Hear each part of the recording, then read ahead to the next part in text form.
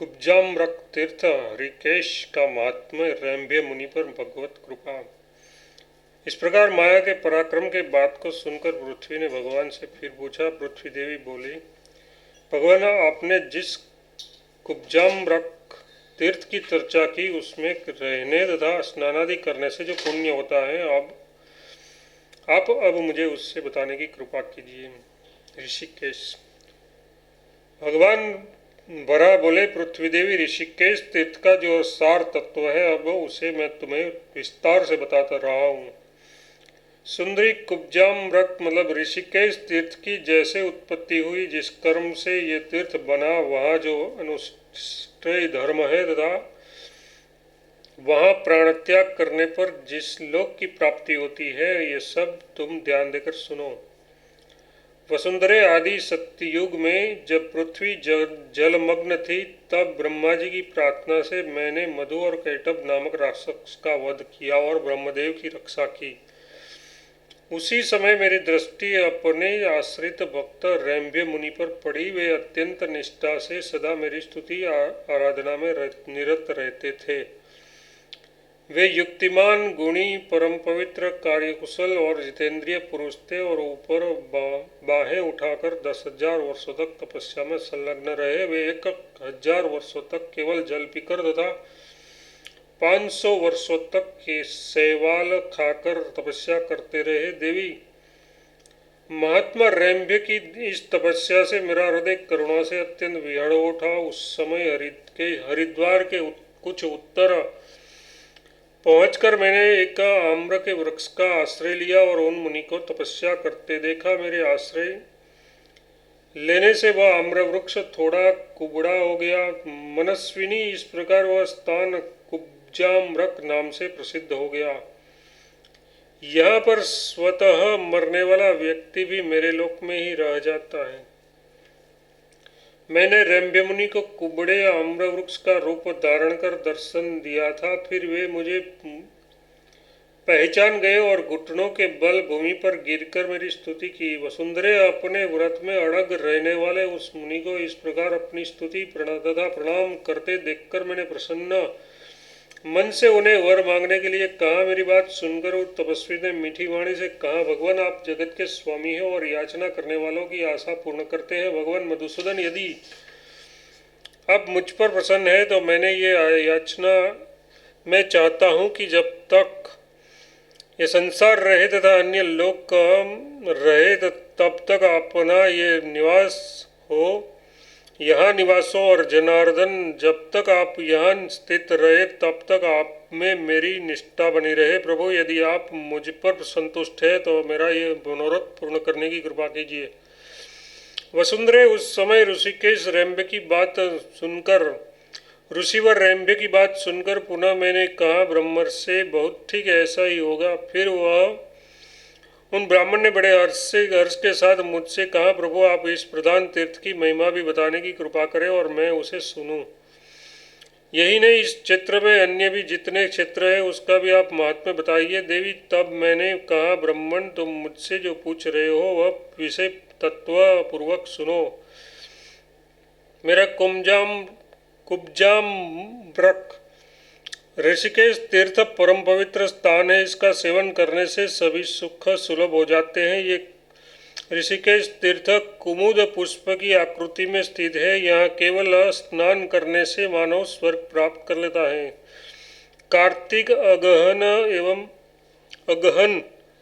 एवं वैशाख मास के शुभ अवसर पर जो पुरुष यहाँ दुष्कर धर्मों का अनुष्ठान करेगा, वह स्त्री पुरुष अथवा नपुंसक ही क्यों न हो, अपने प्राणों का त्याग कर मेरे लोक को प्राप्त होता है। वसुंधरे, कुब्जाम्रक ऋषिकेश में जो दूसरा तीर्थ है उससे भी बताता हूँ, सुनो। सुंदरी, यहाँ मानस नाम से एक मेरा एक प्रसिद्ध तीर्थ है। सुनयन, यहाँ स्नान कर मनुष्य इंद्र के नंदन वन में जाता है और अप्सराओं के साथ देवताओं के वर्ष से 1,000 वर्षों तक वह आनंद का उपभोग करता रहता है।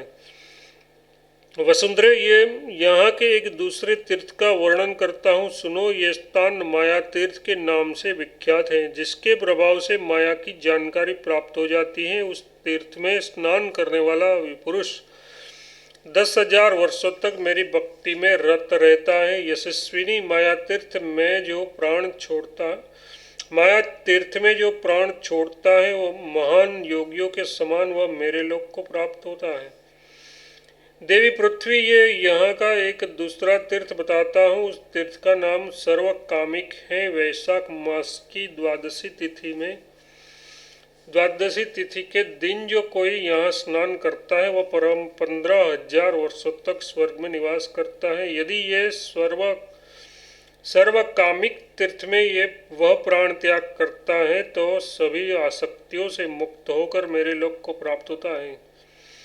सुलोचने, अब एक पूर्णमुख नामक तीर्थ की महिमा बताता हूँ जिसे कोई नहीं जानता।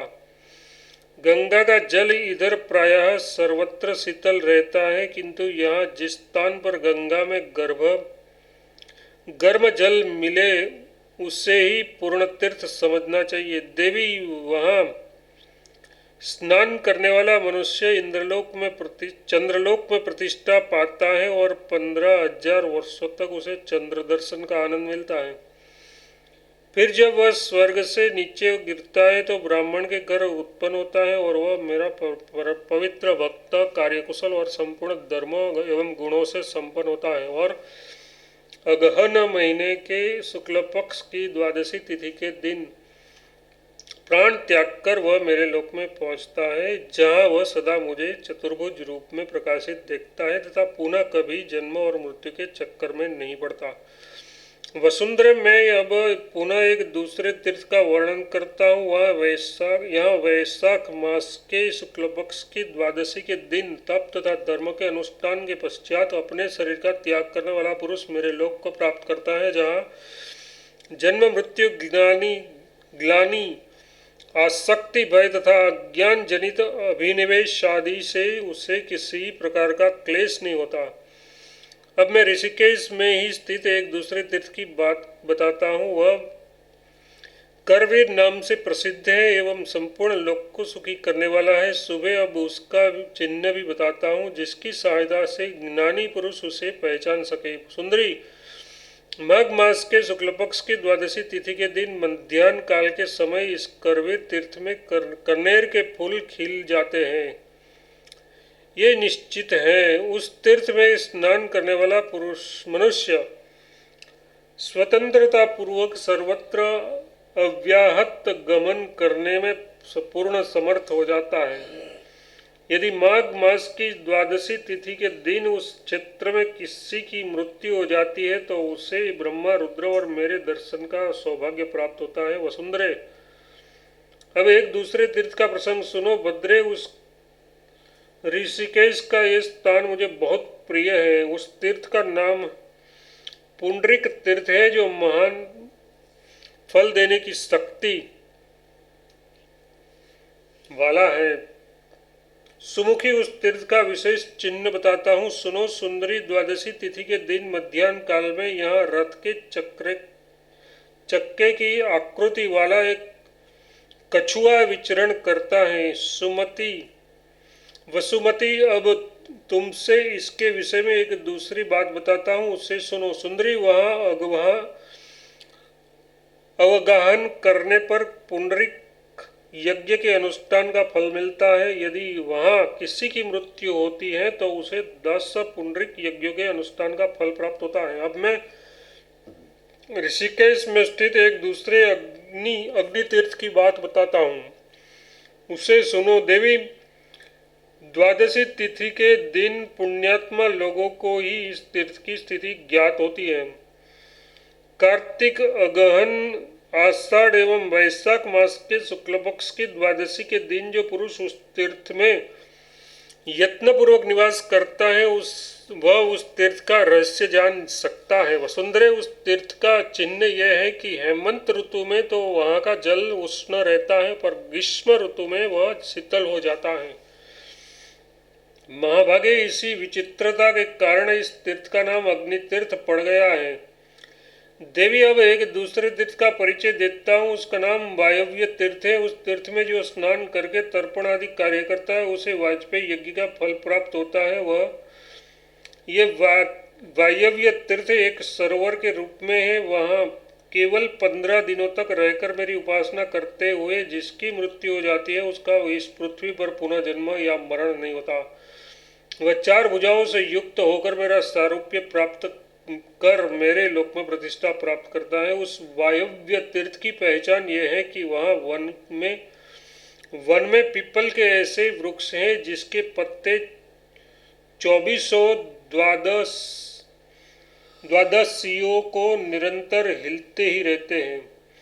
पृथ्वी अब कुब्जाम्रक मतलब ऋषिकेश तीर्थ के अंतर्वर्ती शक्र तीर्थ का परिचय देता हूँ। वसुंधरे, वहाँ इंद्र हाथ में वज्र लिए हुए सुशोभित रहते हैं। महातपे, उस तीर्थ में 10 रात्रि उपवास कर जो मनुष्य मर जाता है वह मेरे लोक को प्राप्त कर लेता है। इस शक्र तीर्थ के दक्षिण भाग में 5 वृक्ष खड़े हैं, यही उसकी पहचान है। देवी, वरुण देव ने 12,000 वर्षों तक इस ऋषिकेश तीर्थ में तपस्या की थी।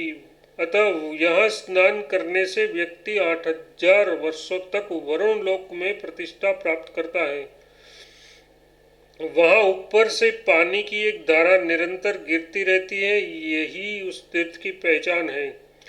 पृथ्वी उक्त तीर्थ ऋषिकेश में सप्त सामुद्रक नाम का भी एक श्रेष्ठ स्थान है।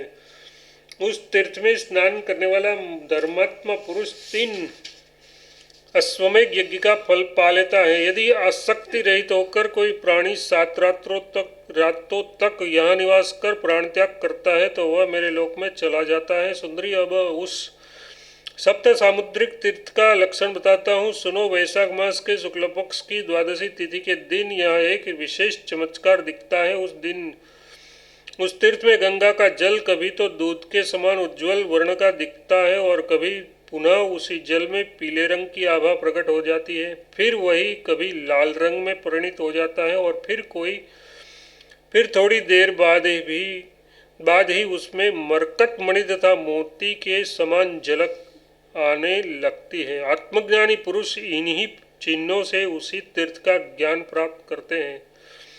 शुभांगी, कुब्जाम्रक ऋषिकेश तीर्थ के मध्यवर्ती एक अन्य महान तीर्थ का अब तुम्हें परिचय देता हूँ। भगवान में भक्ति रखने वाले समस्त पुरुषों के प्रिय उस तीर्थ का नाम मानसर है। उसमें स्नान करने पर मानव को मानसरोवर में जाने का सौभाग्य प्राप्त होता है। वह इंद्र, रुद्र एवं मरुद्गण आदि संपूर्ण देवताओं का उसे दर्शन मिलता है। वसुंधरे, इस तीर्थ में यदि कोई मनुष्य 30 रात्रियों तक निवास कर मृत्यु को प्राप्त होता है तो वह संपूर्ण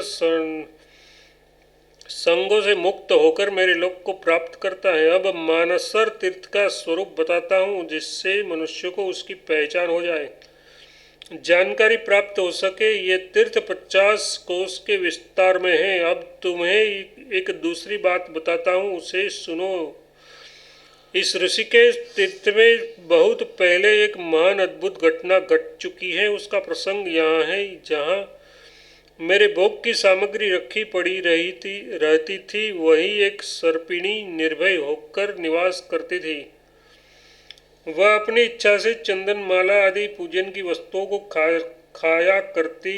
इतने में ही एक दिन वहाँ कोई नेवला आ गया और उसने स्वच्छंदता से आनंद करने वाली उस सर्पिणी को देख लिया। अब उस नेवले और सर्पिणी में भयंकर युद्ध छिड़ गया। उस दिन माघ मास की द्वादशी तिथि थी और दोपहर का समय था। ये संघर्ष मेरे उस मंदिर में ही पर्याप्त समय तक चलता रहा। अंत में सर्पिणी ने नेवले को डस लिया, साथ ही विषदग्न नेवले ने भी उस सर्पिणी को तुरंत मार गिराया।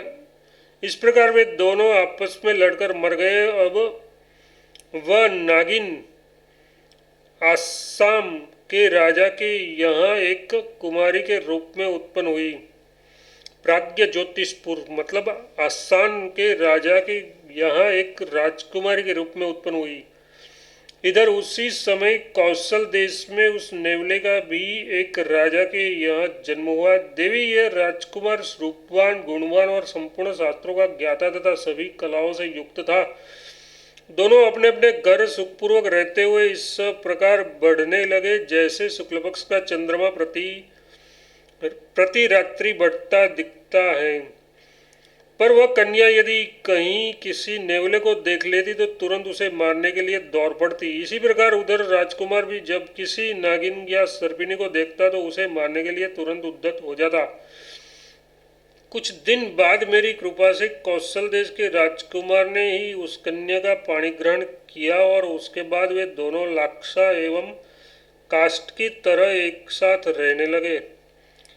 जान पड़ता था मानो इंद्र और सची नंदन वन में विहार कर रहे हो।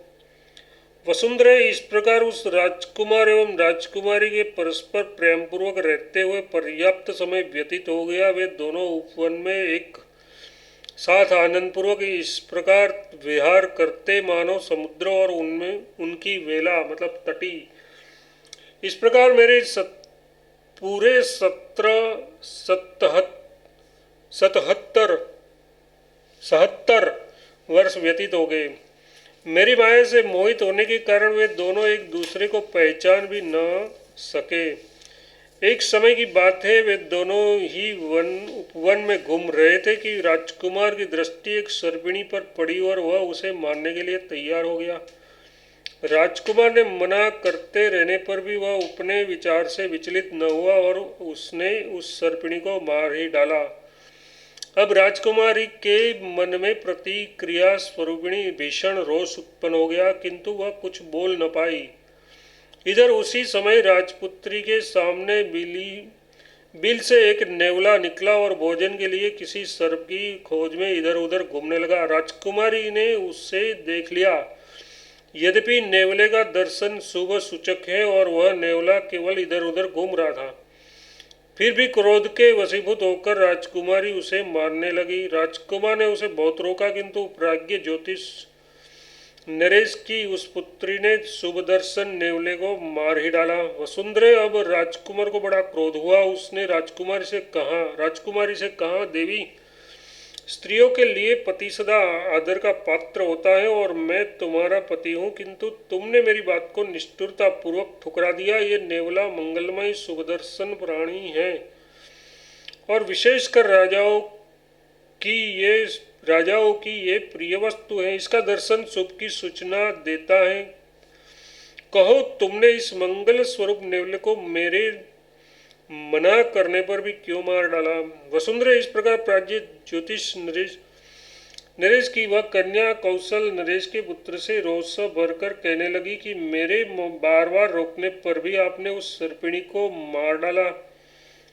अतः एवं मैंने भी सर्पों के मारने वाले इस नेवले को मार डाला। वसुंधरा राजकुमारी की इस बात को सुनकर कठोर शब्द में डांटते हुए राजकुमार ने उससे कहा, भद्रेश, सांप के दांत बड़े तीक्ष्ण तथा उसका विष बड़ा तीव्र होता है। उसे देखते ही लोग डर जाते हैं। ये दुष्ट प्राणी मनुष्य आदि को डस लेता है और उससे वे मर जाते हैं। अतः सबका अहित करने वाले एवं विष से भरे हुए इस जीव को मैंने मारा है।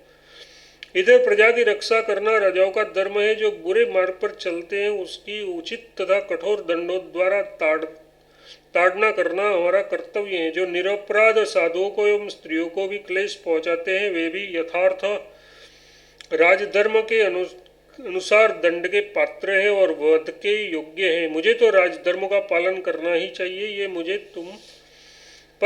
तुम ये बताओ कि इस नेवले का क्या अपराध था? ये दर्शनीय एवं सुंदर रूप वाला था। ये राजकुमार राजाओं के घर में पालने योग्य तथा शुभ दर्शन और पवित्र माना जाता है, फिर भी तुमने इसे मार डाला। तुमने मेरे बार बार मना करने पर भी इस नेवले को मारा है। अतः एवं अब से तुम मेरी पत्नी नहीं रही और न अब मैं ही तुम्हारा पति रह गया। अधिक क्या, स्त्रियां सदा अवध्य बतलाई जाती हैं, इसी कारण मैं तुम्हें छोड़ देता हूँ और तुम्हारा वध नहीं करता। देवी राजकुमारी से इस प्रकार कहकर राजकुमार अपने नगर लौट गया। क्रोध के कारण उस दोनों का परस्पर का सारा स्नेह नष्ट हो गया। धीरे धीरे मंत्रियों द्वारा ये बात कौशल नरेश को विदित हुई, तो उन्होंने उन मंत्रियों के सामने ही द्वारपालों को आज्ञा देकर राजकुमार और वधु को आदरपूर्वक बुलवाया। पुत्र और पुत्रवधु को अपने पास उपस्थित देखकर राजा ने कहा, पुत्र, तुम लोगों में जो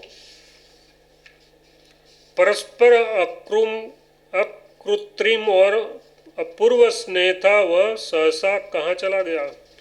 तुम लोग परस्पर अब सर्वथा विरुद्ध कैसे हो गए? पुत्र, ये राजकुमारी कार्य कुशल, सुंदर स्वभाव वाली एवं धर्मनिष्ठ है। आज से पहले इसने हमारे परिवार में भी कभी किसी को अप्रिय वचन नहीं कहा है, अतः तुम्हें इसका परित्याग कदापि नहीं करना चाहिए। तुम राजा हो, तुम्हारा राज धर्म ही मुख्य धर्म है और उसका पालन स्त्री के सहारे ही हो सकता है। अहो, लोगों का ये कथन परम सत्य ही है कि स्त्रियों के द्वारा ही पुत्र एवं कुल का संरक्षण होता है। पृथ्वी उस समय राजपुत्र ने पिता की बात आदरपूर्वक सुन ली और उसने दोनों चरणों को पकड़कर वह कहने लगा, पिताजी, आपकी पुत्रवधू में कहीं कोई भी दोष नहीं है, किंतु इसने बार बार रोकने पर भी मेरे देखते ही देखते एक नेवले को मार डाला।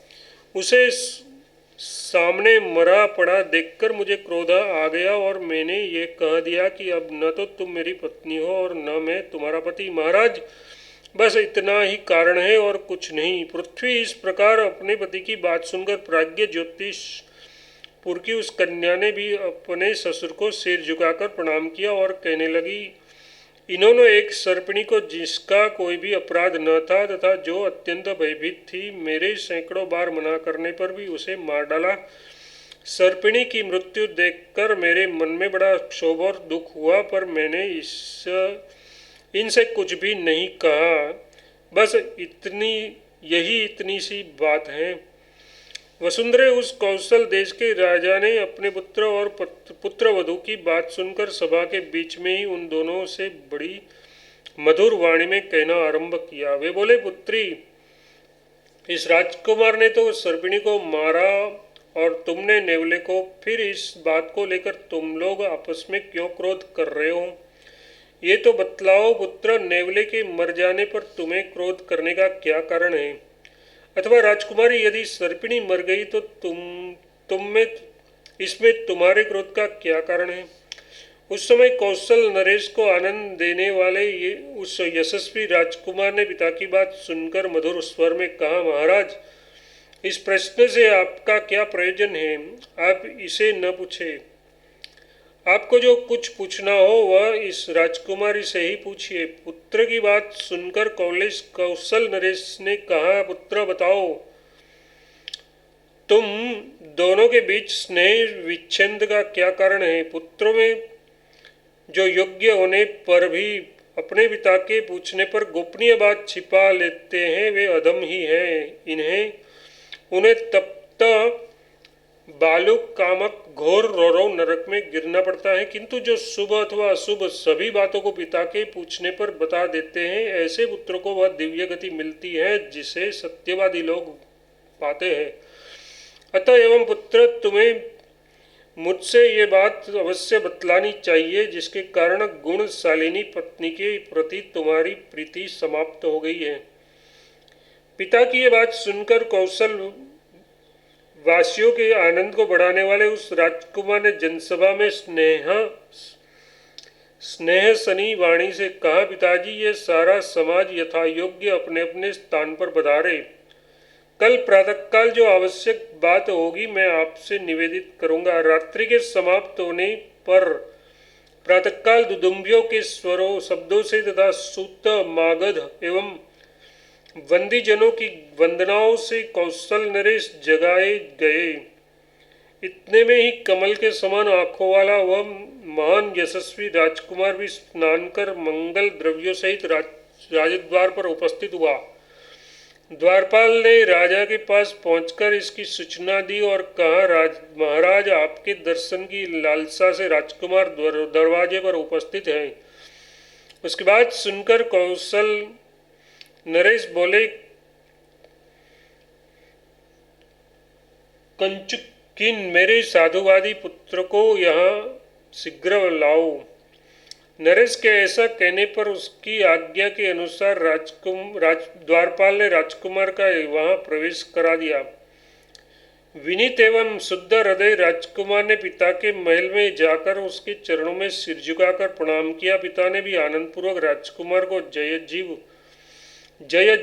कहकर दीर्घजीवी होने का आशीर्वाद दिया और उन्होंने हंसकर अपने पुत्र राजकुमार से कहा, शुभोदय।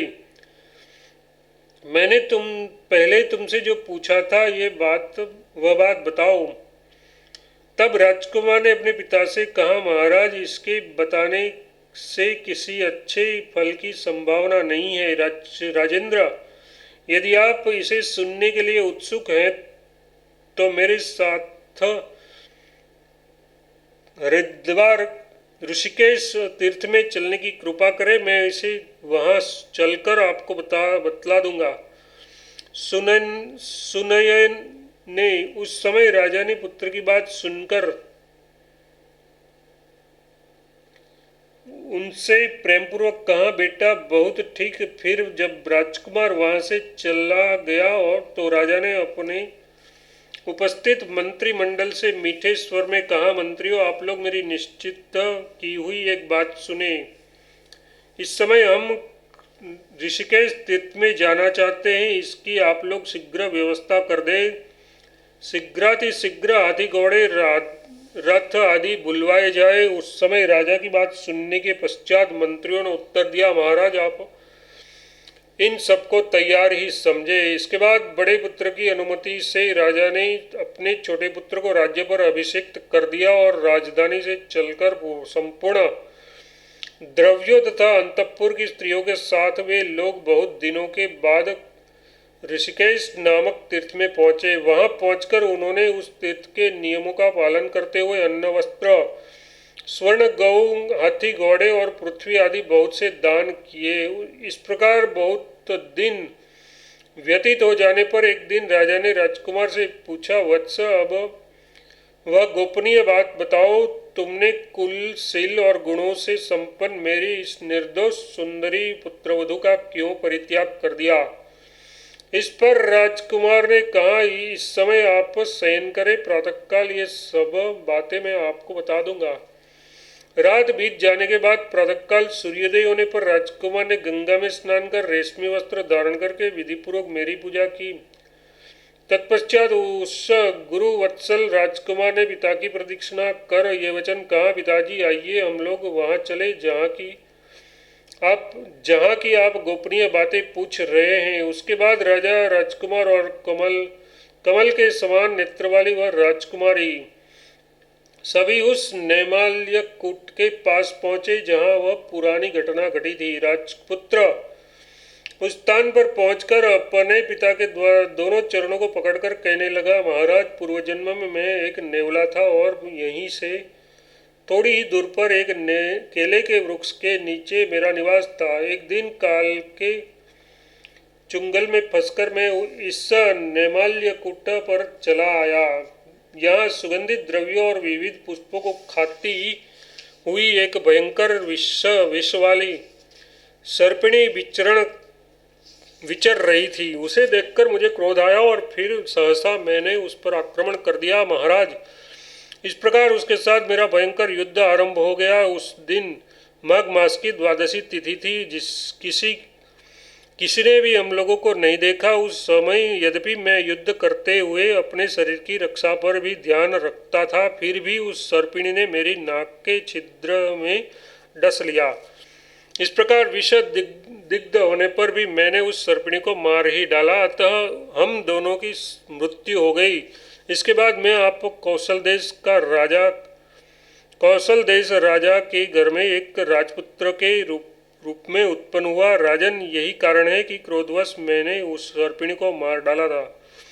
राजकुमार की बात समाप्त होते ही राजकुमारी भी कहने लगी, महाराज, मैं ही पूर्व जन्म में इस नैमाल्यकूट क्षेत्र में रहने वाली वह सर्पिणी थी। उस लड़ाई में मरकर मैं प्राज्ञ ज्योतिष नरेश के यहाँ कन्या के रूप में उत्पन्न होकर आपकी पुत्रवधू हुई। राजन, मेरी मृत्यु के कारणभूत प्राक्कन तमोमयी संस्कारों की स्मृति मेरे जीवात्मा पर बनी थी, अतः मैंने भी उस नेवले को मार डाला। प्रभु, यही वह गोपनीय रहस्य है। वसुंधरे, इस प्रकार पुत्रवधू और पुत्र की बात सुनकर राजा सर्वथा निर्वण्य हो गए और वे वहां से पुनः माया तीर्थ में चले गए और वहीं उनके जीवन का अंत हुआ। उस राजकुमारी तथा राजकुमार ने भी पुंडरीक तीर्थ में पहुंचकर मन का निग्रह कर प्राणों का त्याग कर दिया और वे उन श्रेष्ठ स्थान पर पहुंच गए जहां भगवान जनार्दन सदा निवास विराजमान रहते हैं। इस प्रकार राजा, राजकुमार और यशस्विनी राजकुमारी कठिन तप के द्वारा कर्म बंधन को विच्छिन्न कर श्वेतद्वीप में पहुंचे और उनका सारा परिवार भी महान पुण्य के द्वारा परम सिद्धि को प्राप्त कर श्वेतद्वीप पहुंच गया। देवी, यह मैंने तुमसे ऋषिकेश तीर्थ की महिमा बताई। इसका वर्णन मैंने उन ब्राह्मण श्रेष्ठ रंभे से भी किया था। ये बहुत पवित्र प्रसंग है। चारों वर्णों का कर्तव्य है कि वे इसका पठन एवं चिंतन करें। इसे मूर्ख, गौहत्या करने वाले, वेदांग के निंदक, गुरु से द्वेष करने वाले और शास्त्रों में दोष रखने वाले व्यक्ति के सामने कभी नहीं कहना चाहिए। इसे भगवान के भक्तों तथा वैष्णव दीक्षा संपन्न पुरुषों के सामने ही कहना चाहिए। पृथ्वी जो प्रातःकाल उठकर इसका पाठ करता है वह अपने कुल के आगे पीछे की 10-10 पीढ़ियों को तार देता है। देवी, अपने भक्तों की सुख प्राप्ति के लिए मैंने ऋषिकेश तीर्थ के अंतर्वर्ती स्थानों का वर्णन किया। अब तुम दूसरी कौन सी बात पूछना चाहती हो वह कहो। अध्याय 126 फिनिश। दीक्षा सूत्र का वर्णन। सूत जी कहते हैं, इस प्रकार अनेक धर्मों को सुनकर बहुतों को मुक्ति सुलभ हो जाए, इस उद्देश्य से पृथ्वी ने भगवान जनार्दन से पूछा। भगवान माया तीर्थ की महिमा बड़ी अद्भुत है। इसके महात्म्य श्रवण से मेरा अंतःकरण शुद्ध हो गया। अब प्राणियों के कल्याण तथा विश्व की रक्षा के लिए आप कृपा कर मुझे अपनी दीक्षा विधि का उपदेश करें। भगवान वराह बोले, देवी, तुमने जो भगवती दीक्षा के विषय में पूछा है अब उसे बताता हूँ, सुनो। ये दीक्षा कर्ममयी, संसार से मुक्त और सर्व सुख प्रदान करने वाली है। इस दीक्षा का रहस्य योग व्रत में स्थित रहने वाले देवता तक भी नहीं जानते। इस मंगलमय धर्म का रहस्य केवल मैं ही जानता हूँ। देवी, उत्तम दीक्षा वह है जिसके प्रभाव से मुझ में मन लगाकर मनुष्य सुख पूर्वक गर्भावास रूप संसार समुद्र से पार पा जाता है। इसके लिए साधक को चाहिए कि वह गुरु के समीप जाकर उनसे प्रार्थना करे कि गुरुदेव, मैं आपका शिष्य होना चाहता हूँ, आप मुझे दीक्षा देने की कृपा कीजिए। फिर उनकी आज्ञा से दीक्षा के उपयोगी पदार्थों दान का लावा, मधु, कुश, दूध, चंदन, पुष्प, दीप, धूप, नैवेद्य, काला मृग चर्म, कलश का दंडक, कमंडलू, कलश, वस्त्र, खड़ाऊ, स्वच्छ यज्ञोपवीत, अर्घपात्र, चरुस्थली, दर्वी, तिल, यव, अनेक प्रकार के फल, दीक्षित पुरुषों के खाने योग्य अन्न तथा पीने योग्य पदार्थों के जल आदि वस्तुओं को लाकर एकत्र करें। साथ ही आवश्यक उपयोगी विविध प्रकार के बीज, रत्न एवं कांच आदि पदार्थों को भी एकत्र कर ले। तदनंतर मांगलिक द्रव्य लगाकर स्नान करें और गुरु के चरणों को पकड़कर उनसे भी आज्ञा लेकर एक बड़ी वेदी का निर्माण करे। यदि दीक्षा लेने वाला व्यक्ति ब्राह्मण हो तो उसे चाहिए कि वह 16 हाथ लंबी चौड़ी चौकोर वेदी बनाकर उसके ऊपर कलश की स्थापना करे। धान्य के ऊपर नवीन एवं सुदृढ़ कलश की विधि पूर्वक स्थापना कर वेद मंत्रों का उच्चारण करके उनमें जल भर दे और फिर पुष्प तथा पल्लवों से उसे अलंकृत कर दे। तत्पश्चात उस पर विधिपूर्वक तिलों से भरा हुआ एक पात्र स्थापित कर गुरु में मेरी भावना करके पहले से एकत्र किए हुए द्रव्यों के द्वारा उनकी विधिपूर्वक पूजा करे। गुरु के प्रति निश्चित रूप से धर्म को जानने तथा पालन करने वाला शिष्य पुरुष उनकी सविधि पूजा कर पूर्वोक्त निर्देशित वस्तु को उस वेदी पर स्थापित करे। सुंदरी, फिर चारों भागों में जल से भरे हुए 4 कलशों को आम के पल्लवों से पूर्ण कर ब्राह्मणों को दानार्थ संकल्प कर दे। इसके बाद वेदी को श्वेत सूतों द्वारा सब ओर से घेर दे और चारों पार्श्व भागों में 4 पूर्ण पात्र रखे। उस समय दीक्षा देने वाले गुरु का कर्तव्य है कि उक्त कार्य संपन्न करके शिष्य को एक ऐसा मंत्र दे जो रुचि एवं वर्णादि के न्याय के अनुसार हो, अथवा जिससे उनकी हार्दिक तुष्टि हो, जिसके मन में गुरु के प्रति पवित्र भाव भक्ति भाव हो तथा जिस दीक्षा की विशेष अभिलाषा हो, वह भगवान विष्णु के मंदिर में जाकर नियम का पालन करते हुए सभी कार्यों को संपन्न करे। फिर आचार्य पूर्वाभिमुख बैठकर दीक्षा की इच्छा रखने वाले सभी शिष्यों को निम्नलिखित उपदेश सुनाए। जो व्यक्ति मेरा भक्त होकर भी किन्हीं अन्य भगवत सत्पुरुषों को देखकर उनके लिए आदरपूर्वक उठकर स्वागत सत्कार आदि कर्म नहीं करता, वह मानो मेरी ही अहिंसा करता है। जो कन्या का दान करके अपने कर्म से उसका उपकार नहीं करता, उसने मानो अपने पूर्व के 8 पितरों की हत्या कर दी। जो निष्ठुर व्यक्ति अपनी साध्वी स्त्री का भी जो एक प्रिय मित्र का कार्य करती है वह वध करता है, वह हिंसक व्यक्ति पुनः स्त्री योनि में जन्म पाता है और पूर्वोक्त कर्म के प्रभाव से उसे पुनः दाम्पत्य सुख की प्राप्ति नहीं होती। ब्राह्मण का वध करने वाला कृतज्ञ गोघाती ये पापी समझे जाते हैं तथा जो अन्य पापी कहे गए हैं वे यदि शिष्य बनकर दीक्षा लेना चाहते हो तो उन्हें शिष्य न बनाकर उसका परित्याग ही कर देना चाहिए। दीक्षित पुरुष को चाहिए कि वह यदि परम सिद्धि या मोक्ष पाने की इच्छा रखता हो या सनातन धर्म का संग्रह करना चाहता हो तो बैल गुल्लर तथा उपयोगी वृक्षों को कभी न काटे। क्या खाना चाहिए क्या नहीं खाना चाहिए इसे आचार्यों को भी अपने शिष्यों को बता देना चाहिए। गुल्लर का ताज़ा फल भक्ष्य है, उस पर उसका बासी फल सर्वथा अभक्ष्य है। लहसुन प्याज आदि वस्तुएं जिससे दुर्गंध निकलती हैं वे सभी अभक्ष्य मानी जाती हैं। दीक्षित व्यक्ति के लिए उचित है कि वह सभी प्रकार के मांस मछलियों का निश्चित पूर्वक सर्वदा त्याग कर दे। उसे दूसरों की निंदा और प्राणी की हिंसा भी कभी नहीं करनी चाहिए। वह किसी की चुगली न करे और चोरी तो सर्वथा त्याग दे। दूर से आए हुए अतिथि को आदर सत्कार पूर्वक भोजनादि करना चाहिए। वह गुरु राजा तथा ब्राह्मण की स्त्री के प्रति मन में कभी बुरी भावना न करे। स्वर्ण रत्न और युवती स्त्री इनकी ओर चित्त न लगावे। दूसरे के उत्तम भाग्य और अपनी विपत्ति को देखकर दुख न करे, ये सनातन धर्म है। वसुंधरा दीक्षा के पहले मंत्र लेने वाले शिष्य के प्रति गुरु इन सब बातों का उपदेश दे। सुंदरी साथी चूरा तथा जल से भरा हुआ एक पात्र भी रखना चाहिए। फिर मंत्रोच्चारण पूर्वक मेरा आह्वान एवं विधि के साथ मेरा पूजन करना चाहिए। देवी इस प्रकार अर्घ्य एवं पाद्य देने के उपरांत गुरु हाथ में अस्तूरा लेकर शुद्ध भाव से ये मंत्र पढ़े। मंत्र का भाव ये है, शिष्य विष्णुमय जल की सहायता से तुम्हारा क्षौर कर्म किया जा रहा है। इस अवसर पर वरुण देवता तुम्हारे सिर की रक्षा करे। ये दीक्षा संसार से उद्धार करने वाली है। फिर नाई क्षौर कर्म करे और यजमान उस जल कलश को उस नाई को ही दे दे। नाई ऐसी सावधानी से सिर का क्षौर कर्म करे कि कहीं त्वचा के कटने से एक बिंदु भी रक्त न निकले।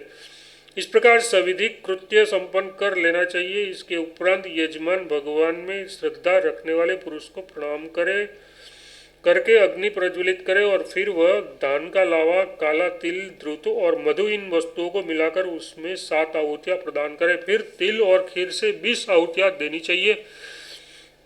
हवन के उपरांत घुटनों के बल जमीन पर झुककर इस मंत्र का उच्चारण करना चाहिए। मंत्र का भाव यह है, दोनों अश्विनी कुमार, 10 दिशाएं, सूर्य और चंद्रमा ये सभी इस कार्य में साक्षी है। सत्य के बल पर ही पृथ्वी तथा आकाश अवलंबित है। सत्य के बल से ही सूर्य गतिशील है तथा पवनदेव प्रवाहित होते हैं। तदनंतर मंत्र पूर्वक विधि के साथ आचार्य की पूजा कर उन्हें प्रसन्न करना चाहिए। गुरु को भगवान में भक्ति रखने वाला एवं दिव्य पुरुष होना चाहिए। फिर 3 बार गुरु की प्रदक्षिणा कर उन्हें चरणों को श्रद्धापूर्वक पकड़ ले और कहे, गुरुदेव मैं आपकी कृपा तथा इच्छा के अनुसार दीक्षा ग्रहण कर्म में उद्यत हुआ हूँ। मुझसे कुछ अनुचित हुआ हो तो आप उसे क्षमा करने की कृपा करें। फिर स्वयं वह पूर्व दिशा की ओर मुख करके बैठ जाए। इस समय गुरु की दृष्टि केवल शिष्य पर ही रहनी चाहिए। गुरु का कर्तव्य है कि हाथ में कमंडलू एवं यज्ञोपवीत लेकर कहें, शिष्य भगवान विष्णु की कृपा से तुम्हें यह सुअवसर प्राप्त हुआ है। साथ ही दीक्षित सिद्ध दीक्षा और कमंडलू ये वस्तुएं प्राप्त हुई हैं। कर्म के प्रभाव से दीक्षा संबंधी शुभ अवसर पर तुम अपने हाथों में कमंडलू ले लो। इसके बाद गुरु उसे मंत्र की दीक्षा दे।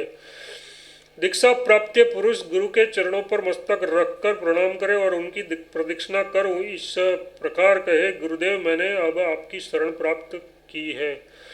आपके द्वारा मुझे वैष्णवी दीक्षा सुलभ हो गई, ये आपकी कृपा का फल है। फिर गुरु से उठाकर शुद्ध जल से भरा कमंडलू तथा दिव्य तंतुओं द्वारा निर्मित एक वस्त्र शिष्य को दे। उस समय गुरु को कहना चाहिए, वत्स तुम ये वस्त्र तथा पवित्र जल भरा पवित्र कमंडलू ग्रहण करो। पुनः शिष्य गुरु को चंदन लगाकर हाथ में मधुपर्क लेकर कहे, भगवान आप पार्थिव शरीर को शुद्ध करने वाले इस मधुपर्क को ग्रहण कीजिए। तत्पश्चात शिष्य को गुरु के चरणों को पकड़कर उन्हें यत्नपूर्वक संतुष्ट करना चाहिए। फिर मन संयम रखते हुए अंजलि को मस्तक से लगाकर गुरु प्रदत्त मंत्र को हृदय से धारण करें और कहें, भगवान में भक्ति रखने वाले सभी पुरुष मेरी बात सुनने की कृपा करें। गुरुदेव ने मेरी सभी कामनाओं को पूर्ण कर दिया, मैं इसका सेवक और शिष्य हो गया और ये देवता के समान मेरे गुरु हो गए। वसुंधरे आगम मतलब वैष्णव शास्त्रों में ब्राह्मण की दीक्षा की यही विधि कही गई है।